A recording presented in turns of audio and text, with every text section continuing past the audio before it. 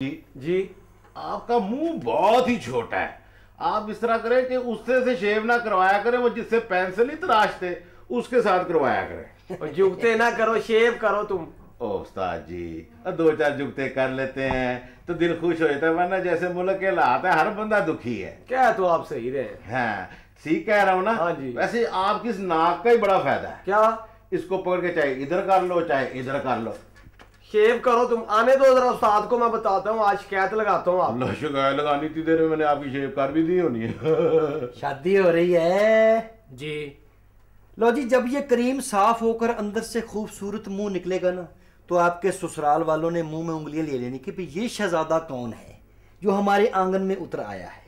अच्छा जी। हाँ जी, बहुत कम लोगों का हम ऐसा ट्रीटमेंट करते हैं। मैं तो पहली दफा आया हूँ। कुछ लोग खास होते हैं ना, पहली बार आए ना, हमारी सर्विस देखकर आप रोज आएंगे। नहीं जनाब, मैं बहावल नगर रहता हूँ, मैं पहली और आखिरी दफा आया हूँ। आखिरी दफा यानी कि डॉक्टरों ने जवाब दे दिया है कि अब इसका कुछ नहीं हो सकता, डेड बॉडी ले जाएं।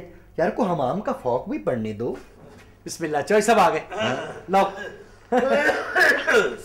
सलाम अलैकुम भाई। बिस्मिल्लाह। ठीक हो? माशाल्लाह, आज तो बड़ी गाकी है भाई हवा में। वैसे मुर्शिद क्या एक गल करा, क्या ਜਦੋਂ ਤੁਸੀਂ ਆ ਕੇ ਕਹਿੰਦੇ ਹੋ ਇੱਥੇ ਬੜੀ ਗਾਹਕੀ ਲੱਗੀ ਹੈ, ਫਿਰ ਦੋ ਦਿਨ ਇੱਥੇ ਗਾਹਕ ਵੜਦਾ नहीं जे। चौधरी साहब क्या बात कर रहे हैं आप? उन्होंने सुन लिया तो आइंदा हमाम में नहीं आने देंगे। सुन के आले जी, वैसे शाह जी कितनी बुरी बात है। क्या हुआ भाई? आप यहाँ रोजाना आके घंटों फजूल बैठे रहते हैं, हमने तो आपके बारे में कभी ऐसी बात नहीं की। मेरा मतलब मेरा पुत्र अपना, मेरे गोलगप्पे, वो मेरे प्यारे बच्चे, वो मेरे बम्ब, अपना उस्ताद किधर है तुम्हारा? उस्ताद जी जरा बाजार गए, हमाम की कुछ चीजें खरीदनी थी। हमाम की कौन सी चीजें होती हैं यार?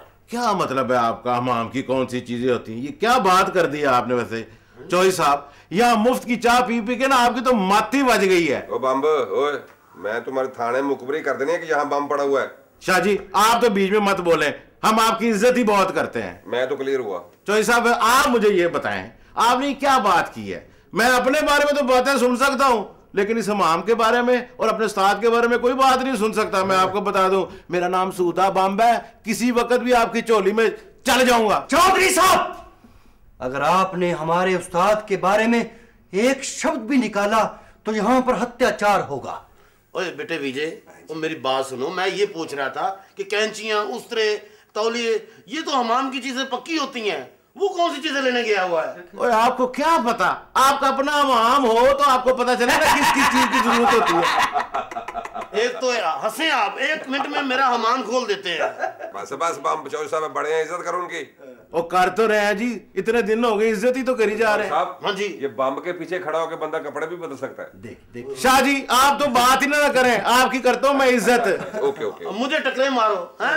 वो आ गया। बाजी वाह, आज तो शाहजी और चौधरी साहब आज तो मेरे आने से पहले बैठे हुए हैं। और यार माखे क्या बताएं, तुमसे प्यार ही इतना है, घर में दिल ही नहीं लगता।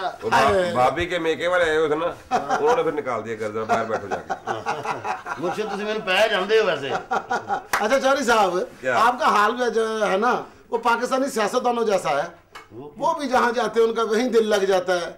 उनके मुंह से कभी ये बात नहीं निकली कि मैं यहाँ उदास हूँ, मैं यहाँ ऐसे हूँ। बस मेरा तो दिल लग गया, मेरा तो दिल लग गया। यार वैसे माखे, कभी कभी तुम ऐसी बात कर देते हो कि लगता है जैसे कोई फलसफा बोल रहे हो। इसमें फलसफे वाली कौन सी बात है शाह जी?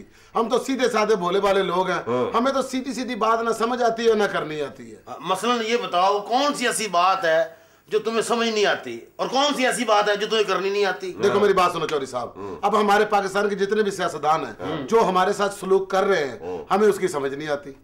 अब हमने उनसे अपना कौन सा हक मांगना है, ये बात हमें करनी नहीं आती। वाह वाह उस्ताद जी, जिनको बात समझ ना आए ऐसे लोगों को क्या कहते हैं? बेटा पाकिस्तानी अवाम कहते हैं।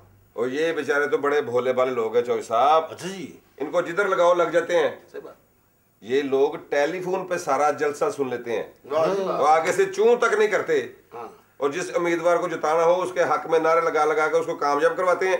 उसकी खातिर मोहल्ले कॉलोनी में दुश्मनियां बढ़नी शुरू हो जाती हैं, हत्ता के रिश्तेदार भी एक दूसरे की जान के दुश्मन हो जाते हैं। अच्छा शाह जी आप बताएं कि इस बात का कोई नतीजा भी निकलता है, कोई फायदा भी होता है? होता है बामे बच्चे, क्यों नहीं होता इस बात का फायदा? जब ये बंदा जीत जाता है ना, फिर उन बंदों को ये मुंह ही नहीं लगाता। वैसे यार माके इन्हां लोगों को गल ते करनी चाहिए भाई, जिन्हां दी खातर तुसीं इन्नी लड़ाइयां लड़ियां, झगड़े मोल लै, ठीक है, मुड़ के उन्होंने इन्ना तो कहना चाहिए कि यार असीं तुहाडी खातर इन्ना कुछ कीता है, तुसीं सानूं थोड़ी तक घास पाओ, चलो सानूं घास ना डालो, लेकिन सानूं सीधे मुंह गलती करो। चौधरी साहब, और सीधे मुंह बात करने से ना लोग फ्री भी तो बहुत हो जाते हैं।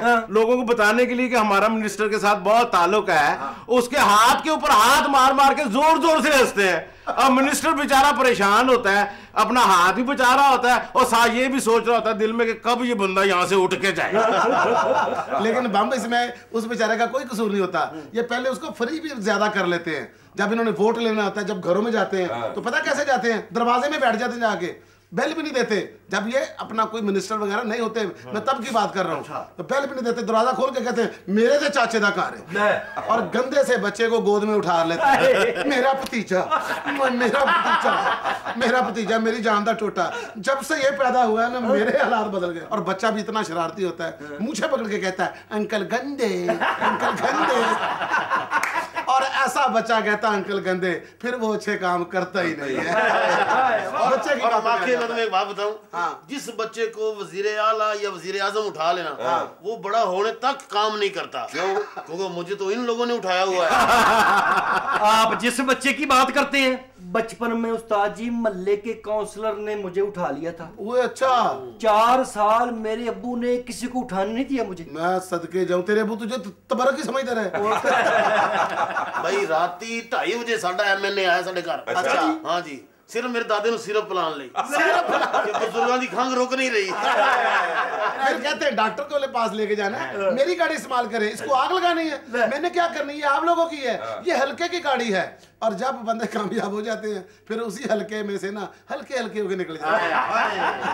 पहले मेरा अड्डा शाहरुख के साथ था, अब मैं शान के साथ लगाऊंगा।